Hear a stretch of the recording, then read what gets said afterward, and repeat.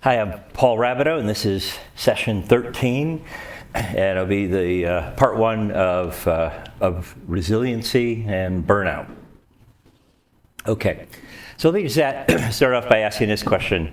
What are the most personally taxing professions? Police officer.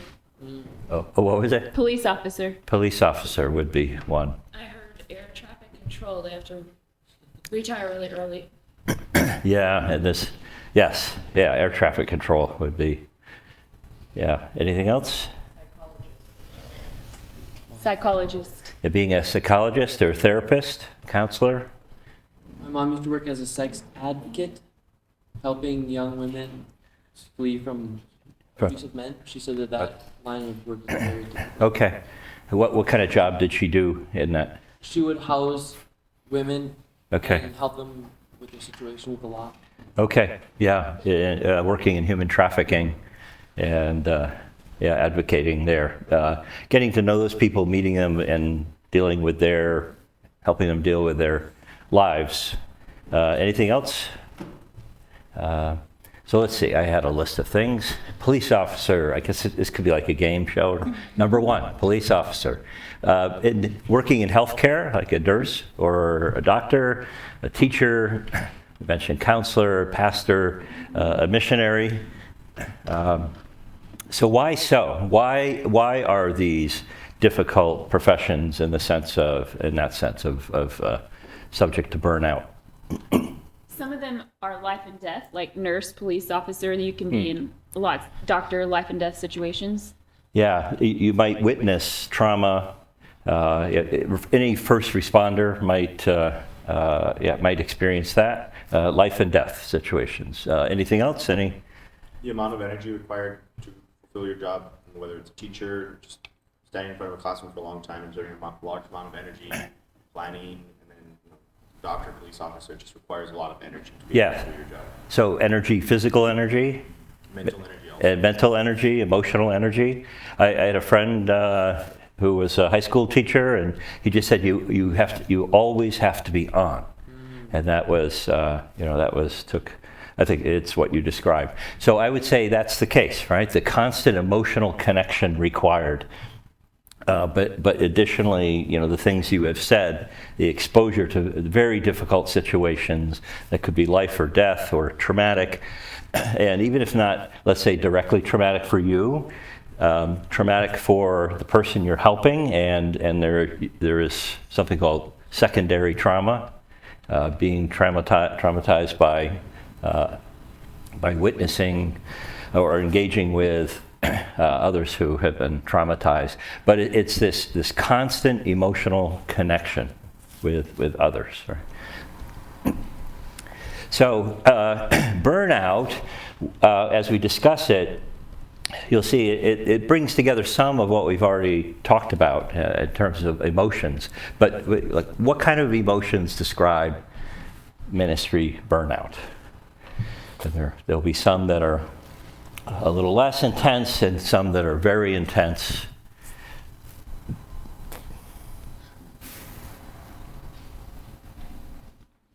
Maybe fatigue or exhaustion. I don't know if that's an emotion, but. Okay, but it contributes, right? Just physical fatigue. Also, what else? What other kinds of words could this? Okay, being overwhelmed, right? Yeah. So burnout itself is not an emotion, I think, as we'll see, but there are emotions associated with it, right? So being overwhelmed. Yeah. Being useless. Yeah. Yeah. Feeling useless. Let's throw it out there. Okay. Okay. So let's. So these would be a variety of emotions. I think you've caught that, right? So maybe I'm feeling bored or indifferent about what I'm doing now, or weary, dissatisfied, powerless, And we have just more intense emotions as we go along. We have fatigue here. I become dispirited or joyless, or feeling inadequate, frustrated, demotivated, overwhelmed, exhausted, just being defeated. Okay? So these would be some of the lesser and more intense emotions associated with burnout.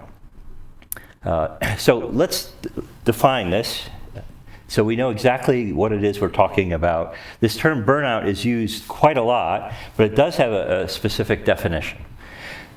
So a psychological syndrome, okay, a syndrome is a collection of symptoms of emotional exhaustion, depersonalization, and reduced personal accomplishment. Okay, we'll define these a little bit more.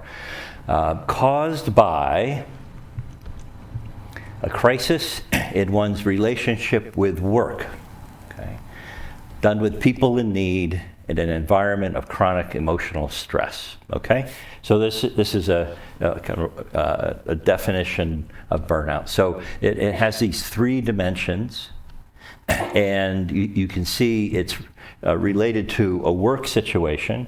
I mean, I guess you could apply it to a relationship or something like that, but it's really about, when we talk about burnout, it's really about me dealing with my work situation and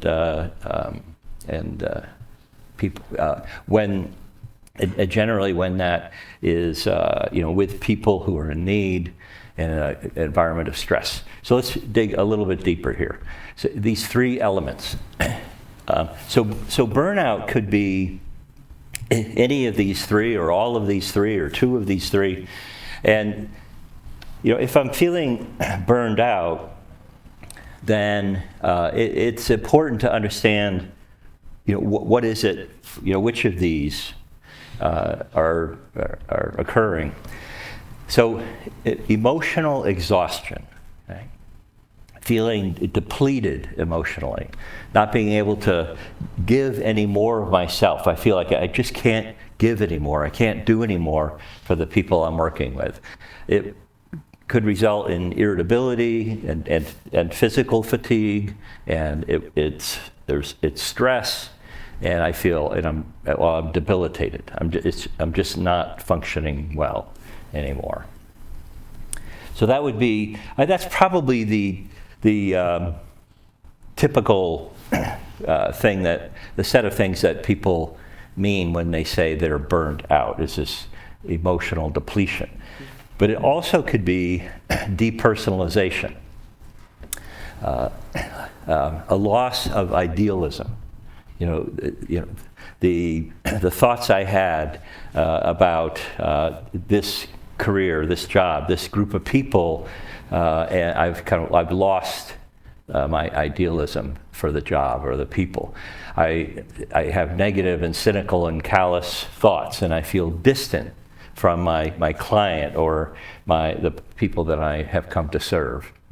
The belief that they deserve the troubles they have.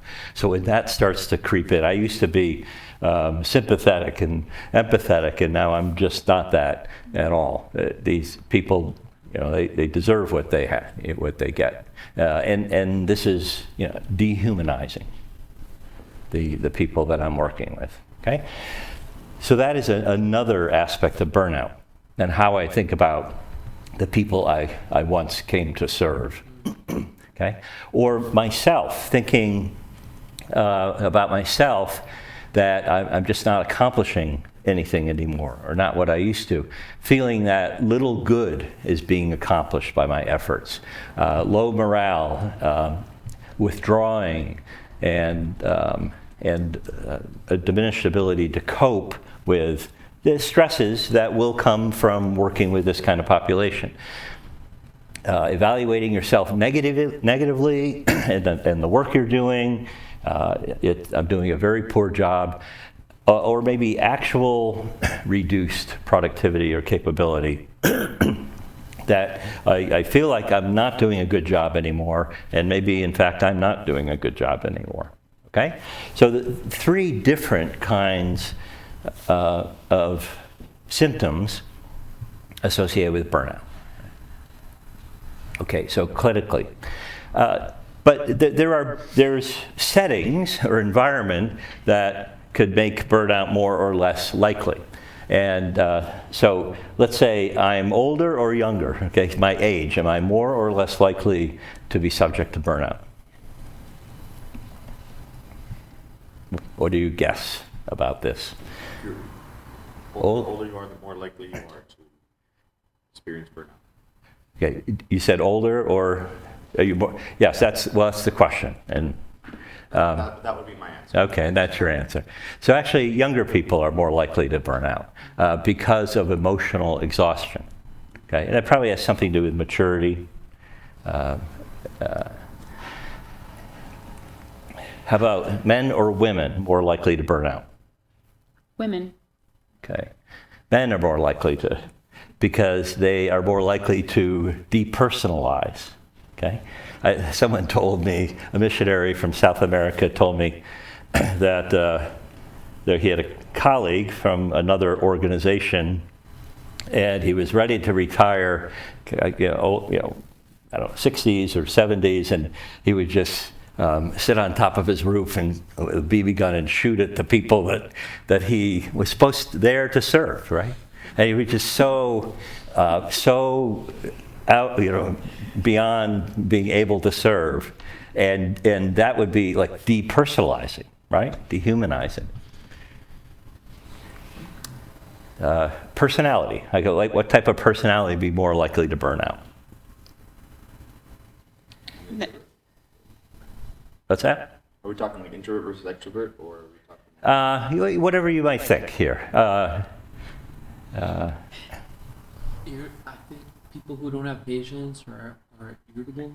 Okay. Yeah, less patient, yet more subject to irritability. Because that is one of the characteristics of a burnout, one of the emotions.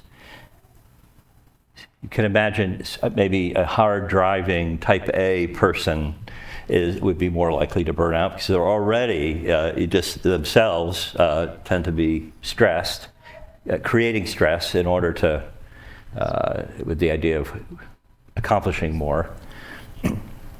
And there are job factors. Job factors are, set an environment for burnout. If there is role conflict or ambiguity, I'm not really clear on what my job is, that is an environment for burnout.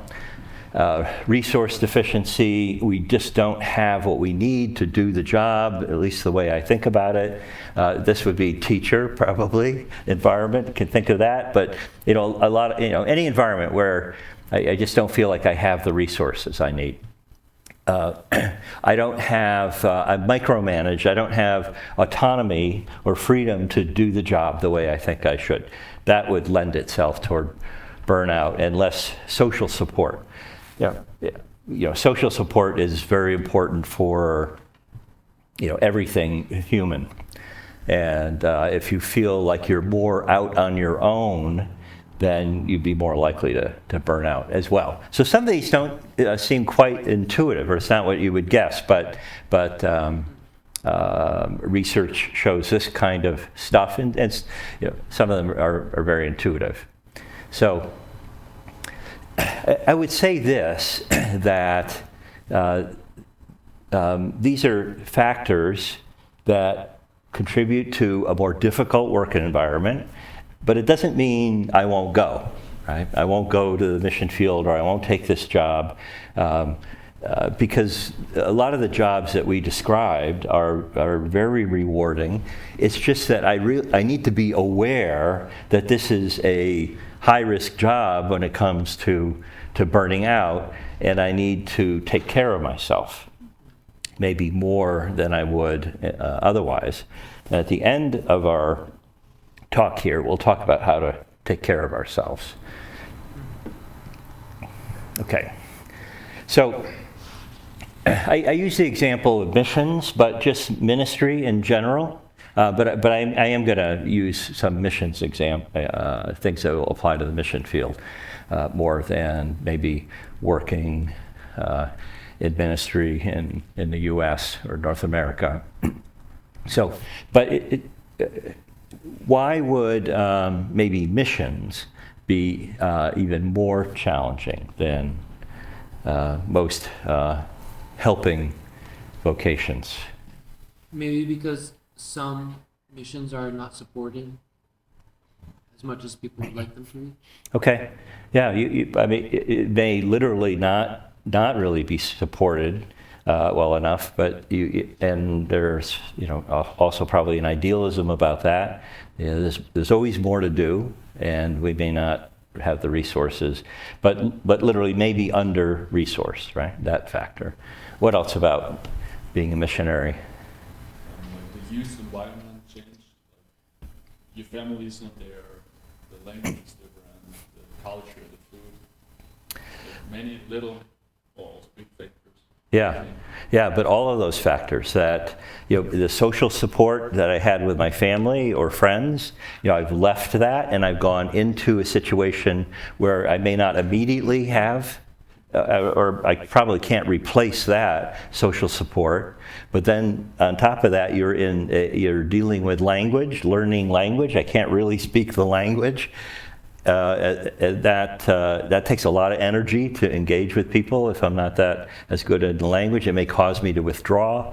And then the culture at every turn, I really don't understand what's happening here, or I'm immersed in a different culture. So all of those things will make, on top of the job, all of those things make missions more difficult, right? Living and working in a cross-cultural environment, and things that Aaron, you just said, and there, in some sense, there may be no going home, because you go home and you're still dealing with the culture. It's not just the job. There may take a long time before you feel like you're going home. Being always on, never off, a missionary at least could be drawn into this type of life where you're in the field or you're back on furlough, and when you're back to your home or home country on furlough, then you're visiting and traveling, and you're still on, putting on a good face for the people who are supporting you. And possibly this constant intrusion and interruption into family life that may be different than the culture you came from. So we just add on to things we had said before, add on this different culture and language onto what missionaries do, and it's a particularly difficult job this way. And coming home, at the end of your mission, coming home can very often be more difficult than going. And so I guess, this cup of water here isn't really very heavy, and I could certainly hold it for a while. But, and this isn't really very heavy, and I could do this. But if I just hold it out here, if this is what I do minute after minute, I'm not going to last very long. I mean, maybe I can't even do this for 10 minutes. I don't know. I don't want to attempt it and embarrass myself. But so you have to just be able to put things down for a little while. And if I do that all day, I can do that all day. I can pick it up, and then if I put it down, and then I can pick it up again, I can do that. So when you're in jobs like this, caring professions, helping professions, and particularly if it's in a culture where you're not it's away from home, you don't have the support system, and in a culture that you don't know, and that causes a stress, and it could take years before you're comfortable with that. And in some countries, you're really not part of it until maybe the third generation or something like that.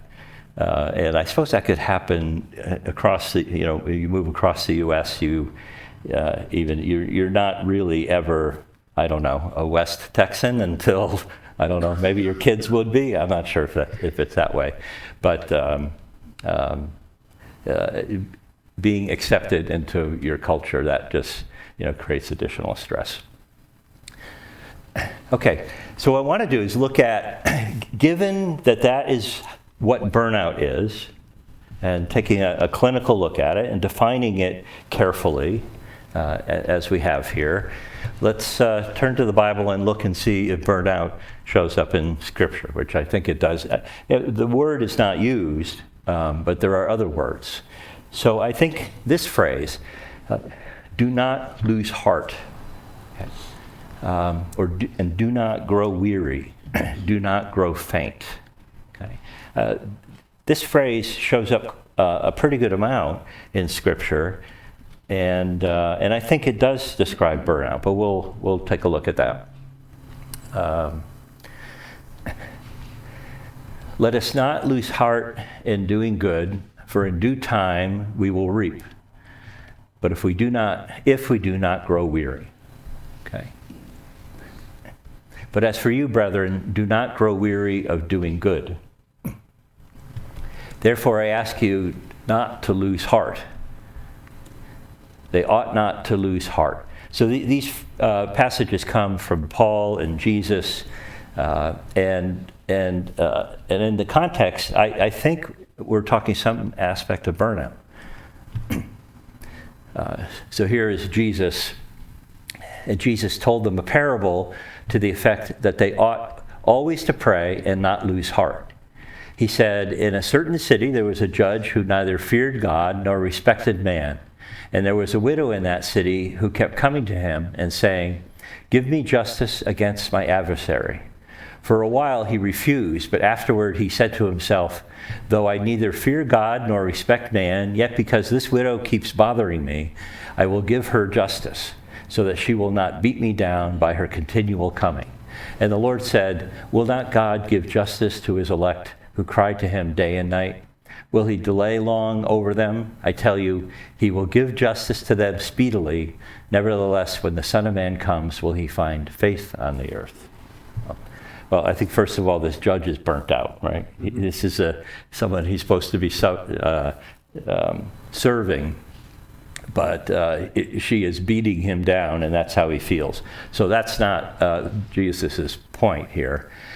But it seems like to lose heart is to lose faith, right? And in this case, always pray and not lose heart. So that's what Jesus says.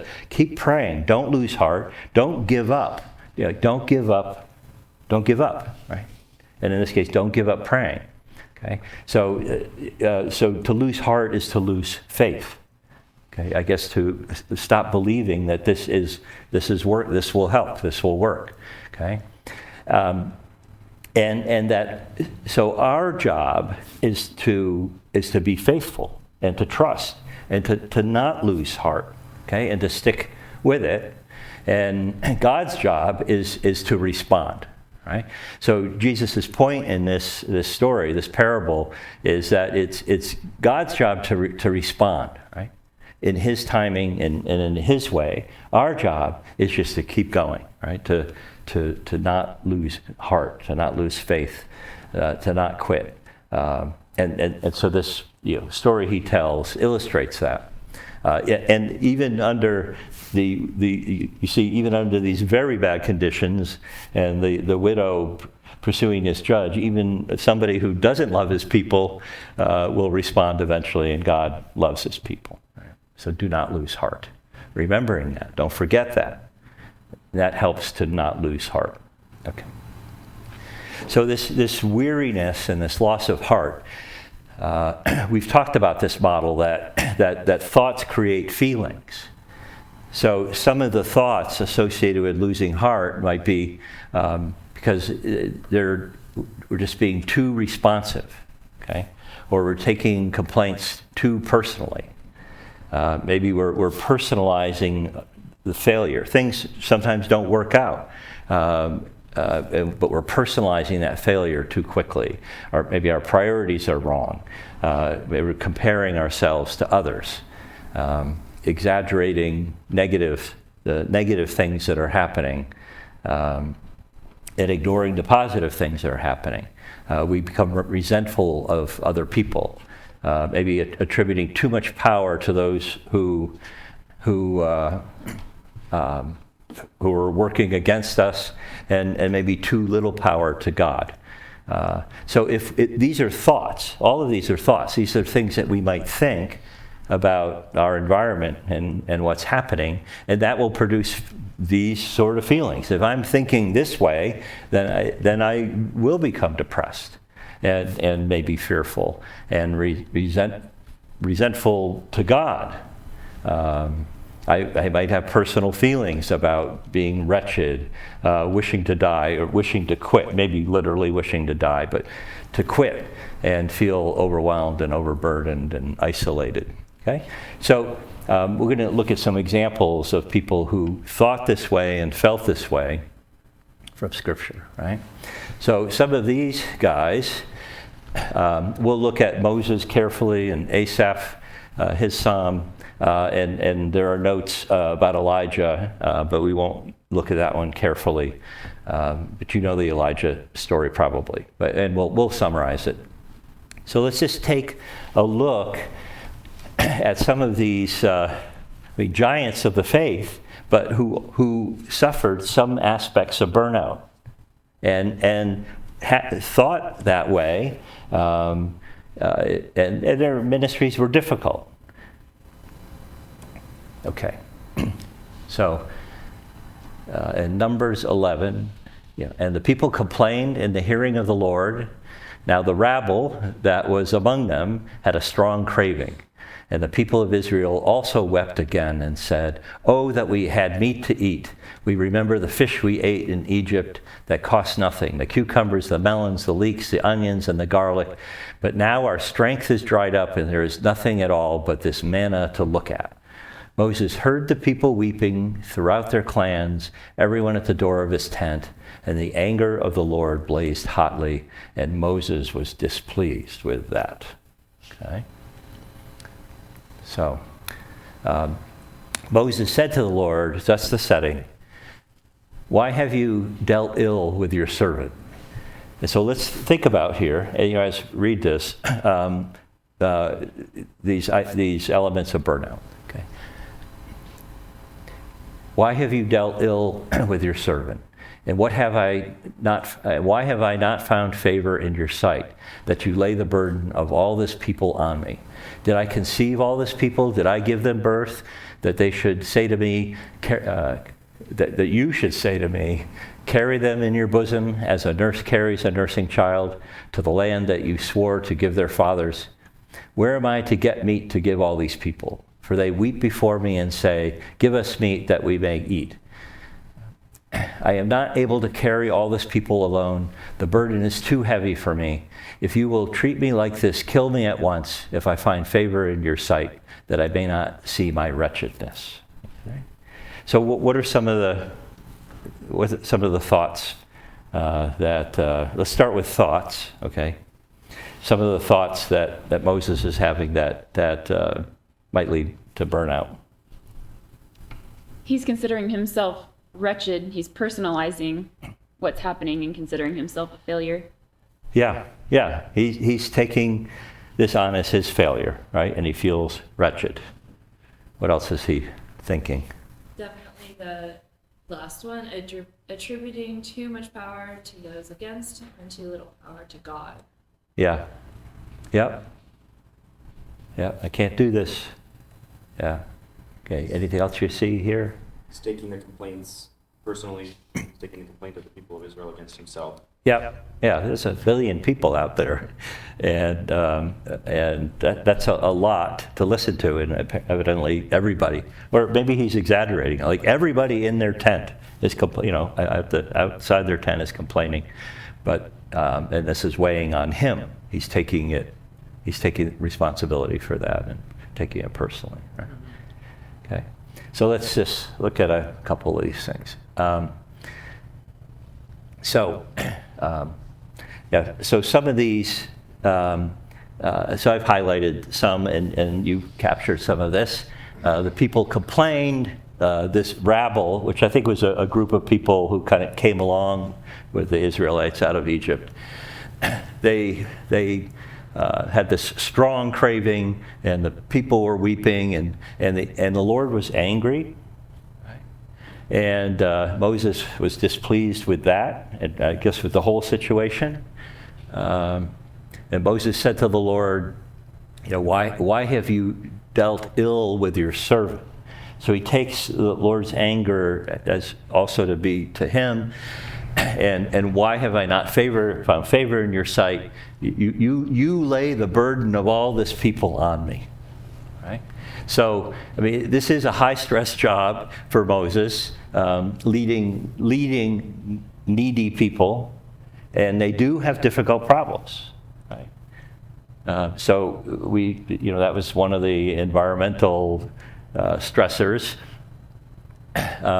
Moses was not aligned with God, right? In God's thinking, and that's going to create stress and problems. Moses is blaming God, and he's resentful to God. Why have you dealt ill with me? You laid this burden of people on me. He's blaming. Right? He's taking too much personal responsibility for the ministry and its success, and trusting God too little. You said, God, you told me to carry all these people. Where am I going to get meat for all these people? I'm not going to be able to do this alone. And the burden is too heavy for me. So he's putting all of this back on God. It's what he is thinking, and it's going to create a wretchedness in himself and lots of other negative emotions. He's despairing, he's burdened, he's ready to quit, feeling badly about himself and the whole endeavor. Then the Lord says to Moses, I mean, I just wish I could hear the tone. We just have to imagine that, and how God replies to Moses. Gather for me 70 men of the elders of Israel, whom you know to be the elders of the people and officers over them, and bring them to the tent of meeting, and let them take their stand there with you.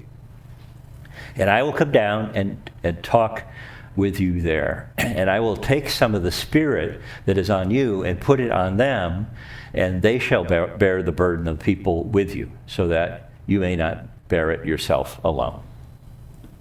I guess I hear a kind of a matter-of-fact tone there.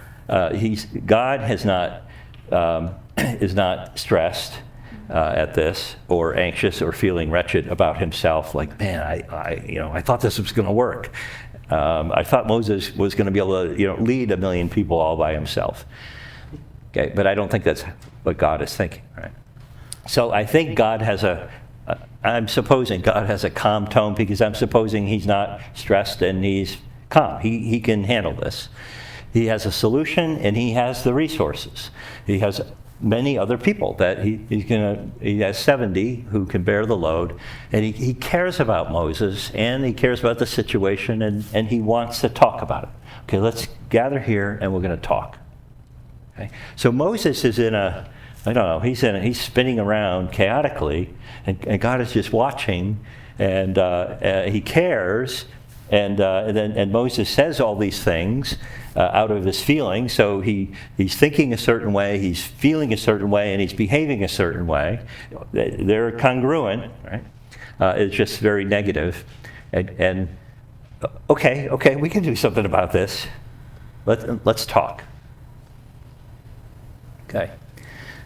So, I mean, God does not want Moses to bear the burden alone. And he doesn't intend Moses to be overwhelmed. The job isn't meant to be overwhelming. But it need to make some adjustments. Okay? So that is an episode with Moses. Asaph. Okay? Psalm 73 is one that I had recommended to you to read and think about the emotion words and the emotional content and how you might respond to it. But let's look at it ourselves. Right? The feet, my feet had almost stumbled, my steps had nearly slipped, for I was envious of the arrogant when I saw the prosperity of the wicked. For they have no pangs until death. Their bodies are fat and sleek. I guess that's good. Yeah, they are not in trouble as others are. They are not stricken like the rest of mankind. And they say, how can God know? Is there knowledge in the Most High? Behold, these are the wicked, always at ease, and they increase in riches. All in vain have I kept my heart clean and washed my hands in innocence. For all the day long I have been stricken and rebuked every morning. But when I thought how to understand this, it seemed to me a wearisome task. Right? Okay. So what's going on here with Asaph? Lots of comparison. Yeah, comparing himself to other people. And that is never, ever produce anything good. Either I exalt myself or I debase myself. Right? I either come out favorably or not. Maybe I should compare myself to Jesus. I could do that. I can compare myself to myself previously. Am I making progress or am I not? But to compare ourselves to other people is just to set ourselves up for some kind of failure. So I would never do that. What else is going on here with Asaph? Priorities? Wrong priorities. Yeah. Yep. Yeah, he's thinking the wrong way about things. What's important. Okay. Yeah. Okay, let's see. He's comparing, right? Not a good idea. This word always. Always, I guess always, exaggerates the situation.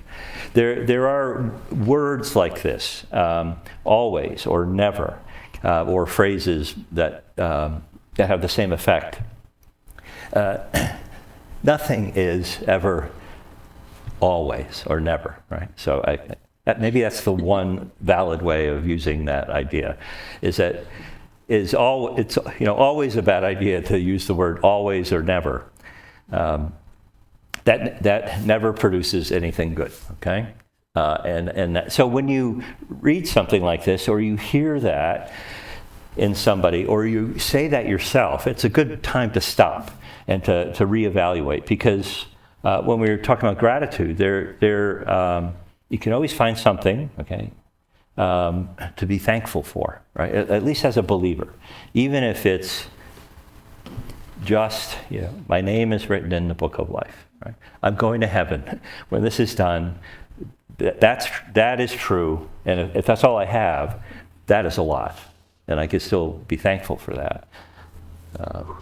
But as a rule, using these extreme words, and they may be disguised, but that mean always or never is not a good idea. And wrong priorities. Right? So riches are the wrong focus. We know from other scripture and maybe even eventually in the Psalm that that doesn't mean a lot. The wicked who have these riches, that doesn't mean a lot. It means after this life, even in this life, it doesn't mean happiness, but after this life, it means nothing. Right? And he's saying that God's work has not been worth it. Okay? So it could be that we have felt this way, or we've thought these things and then felt this way. But when you catch yourself thinking things like that, there's something wrong here. I have to go take a look at. I have to go back and look at that. Okay, so here's how he starts. So there's a turning point here. Until I went into the sanctuary of God, then I discerned their end. I played the tape until the end, through to the end, right? Just I think maybe my comment. So he approaches God, and he understood the situation better. Right, that's a good idea. Right, I'm in this kind of distress. Hopefully, I'm aware, and I can see what I'm thinking, and I'm aware of what I'm feeling, and then I realize there's something. This is not right. Let me go to God and That's the turning point here for Asaph. Truly, you set them in slippery places. You make them fall to ruin. How they are destroyed in a moment, swept away utterly by terrors. When my soul was embittered, when I was pricked in heart, I was brutish and ignorant. I was like a beast toward you. Okay, he's sort of making this, I guess we could pray like this, making this kind of confession. Nevertheless, I am continuing with you and hold my right hand, and you hold my right hand. You guide me with your counsel, and afterward you receive me to glory. Whom have I in heaven but you? And there is nothing on earth that I desire besides you. My flesh and my heart may fail, but God is the strength of my heart and my portion forever. But for me, it is good to be near God. I have made the Lord my refuge, that I may tell of all your works. Okay. So he's rethinking, right? He's rethinking things. In what way is he rethinking things? He's rethinking the reality of what's going to happen in the future. Yeah, the future is different than what he was first thinking, right? And he knows. He was just in a certain state of mind. But he's noticed this is wrong, and now he's regulating his thoughts, which will then regulate his emotions, right? He's going to think differently, right? Yeah. So we look at, he has this confession, he receives the truth, and he speaks it to himself. We might need sometimes to speak this out loud to ourselves. Okay? There is nothing on earth that I desire besides you, and there's nothing on earth that is of value but him. Right? There is nothing of value but God. And if I attach myself to God, then this will give me value. The word worthless shows up in the Bible a pretty good amount. And people can be worthless fellows. Maybe this rabble that we saw with Moses, kind of worthless fellows. And the reason is they're disconnected from God, who is the only one who has any worth at all, right? And that's where we get our worth. Is from our connection with God. It's not from anything we are. Right? People who are depressed feel worthless, and we'll talk about that when we get there. The way to reverse that is to attach yourself to someone who has value, and the one who has the greatest value, and the only one that's going to make a difference here is Jesus. Right? So he figures that out, and he recognizes the need to be near to God in order to maintain the right perspective, the right way of looking at things. Okay? So he talks himself through his wrong thoughts and feelings.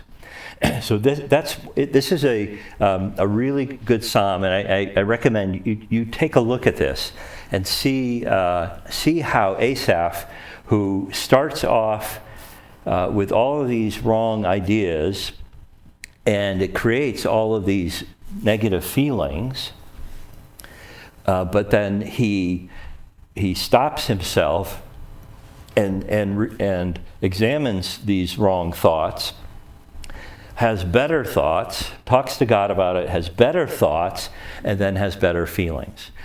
I mean, this guy is emotionally intelligent. Right? David, when we look at depression, we'll do that in Psalm 13 and many Psalms. Right? And this is the purpose of Psalms, is to teach us how to regulate ourselves, teach us how to coach ourselves through negative emotions. And that's what he does. Right? He talks himself through. And I like a client of mine who suffered a lot, chronically from depression. Use that word with me for Psalm 13. David's coaching himself. Like, what if I could coach myself? I think it's one of our responsibilities as parents to coach our kids, right?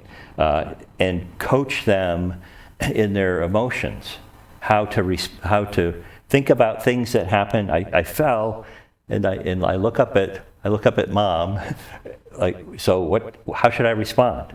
And I should teach how to respond, right?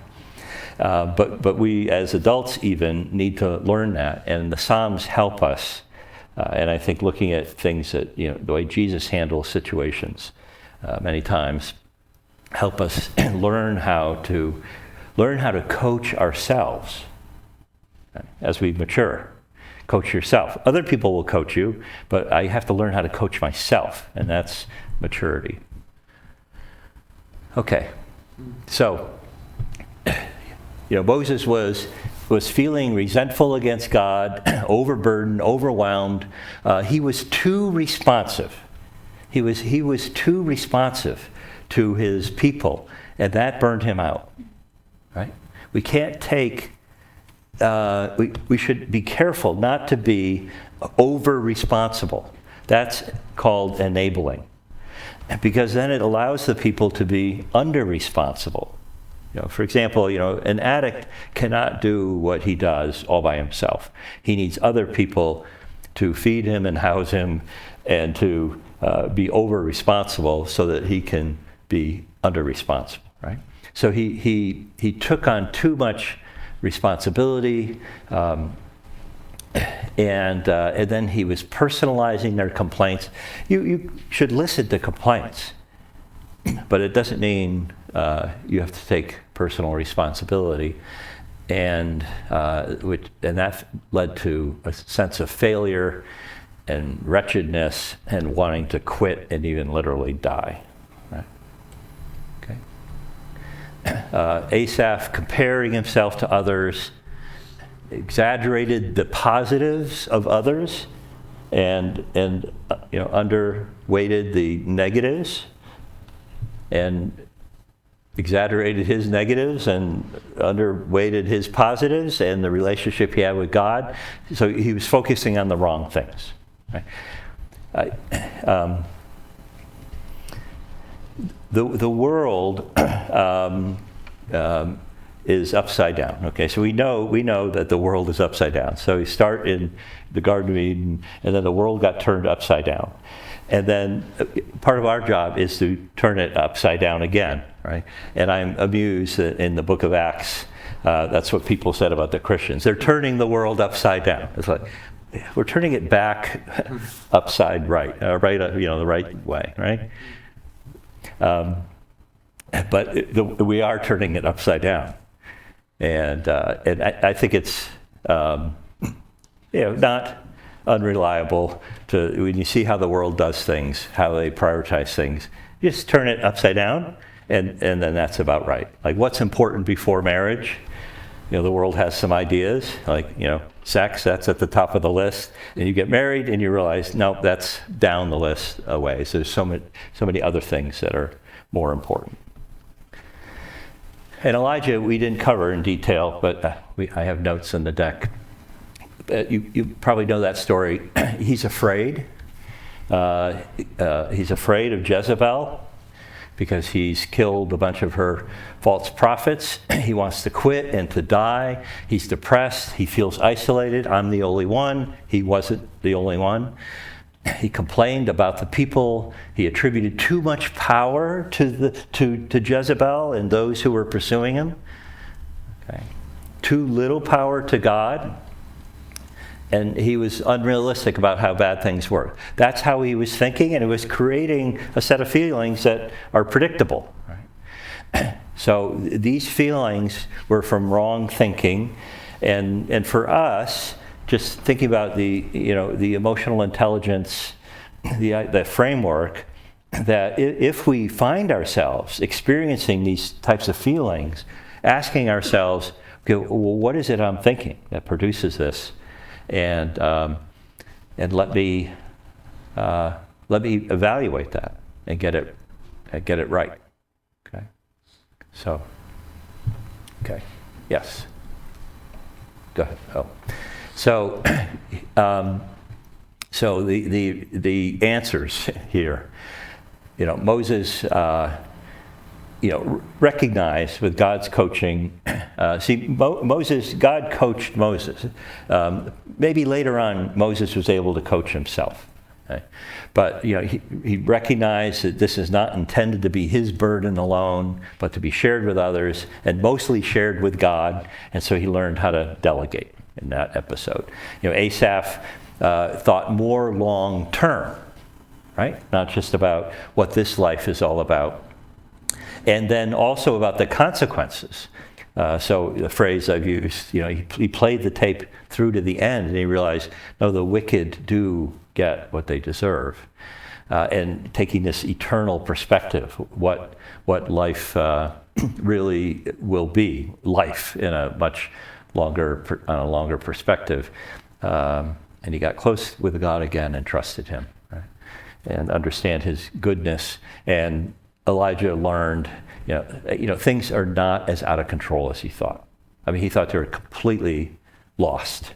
And God could say, not at all. And that's the way it turned out. The Messiah eventually did come, right? And God had that all under control, right? So thinking differently, feeling differently, doing something different. The book of James, I think, is all about that. Thinking differently. And so that's worth reading and thinking about in that context. Okay. So, taking God's perspective. So why don't we finish our first session right there and take a break, and we'll come back with more on resiliency and burnout.